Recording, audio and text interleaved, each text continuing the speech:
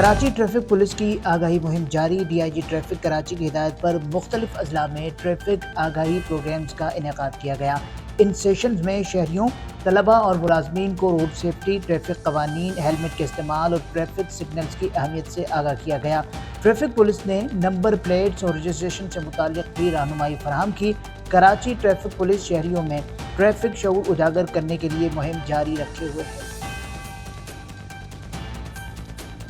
کراچی کی شاہ فیصل کالونی میں غیر قانونی عمارت کی تعمیر، وزیر اعلیٰ سندھ نے نوٹس لے لیا، فوری مسماری کی کارروائی مکمل ہو گئی۔ کراچی کے علاقے شاہ فیصل کالونی میں غیر قانونی طور پر تعمیر کی جانے والی عمارت کی خبر نشر ہونے پر وزیر اعلیٰ سندھ سید مراد علی شاہ نے فوری نوٹس لے لیا۔ سندھ بلڈنگ کنٹرول اتھارٹی کو سخت احکامات جاری کیے۔ متعلقہ حکام نے فوری طور پر کارروائی کرتے ہوئے غیر قانونی عمارت کو مسمار کر دیا۔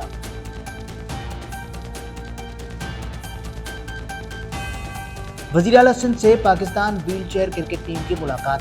وزیر اعلیٰ سندھ سید مراد علی شاہ سے Pakistan wheel chair cricket team اور کونسل کی صدر رخسانہ راجپوت نے ملاقات کی۔ ملاقات میں آئندہ ستمبر میں افغانستان کے خلاف کراچی میں ویل چیئر کرکٹ سیریز اور اکتوبر میں پاکستان میں ہونے والے ایشیا کپ پر بریفنگ دی گئی۔ وزیر اعلیٰ نے ایشیا کپ کے لیے 100 ملین روپے گرانٹ اور کونسل کو سالانہ 15 ملین گرانٹ دینے کا اعلان کیا، جبکہ ٹیم کے لیے ایک کوسٹر بھی فراہم کرنے کا وعدہ کیا۔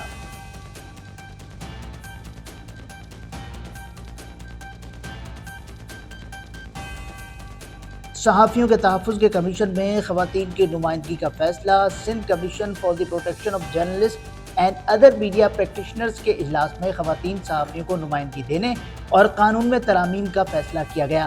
اجلاس کی صدارت وزیر اطلاعات سندھ شرجیل انعام میمن نے کی، جس میں کمیشن کو بااختیار بنانے اور افسران کی جانب سے کمیشن کے خطوط پر جواب نہ دینے کی شکایات پر ایکشن لینے کے لیے کابینہ سے رجوع کرنے کا فیصلہ بھی ہوا۔ شرجیل میمن نے کہا کہ صحافیوں کا تحفظ حکومت سندھ کی ترجیح ہے۔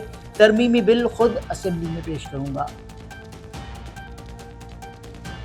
کراچی چیمبر آف کامرس نے کہا ہے کہ ملک گیر شٹر ڈاؤن ہڑتال شیڈول کے مطابق ہوگی۔ کراچی چیمبر آف کامرس کے صدر محمد جاوید بلبانی نے 19 جولائی کی ملک گیر شٹر ڈاؤن ہڑتال ملتوی کیے جانے کی خبروں کو گمراہ کن قرار دیتے ہوئے تردید کر دی ہے۔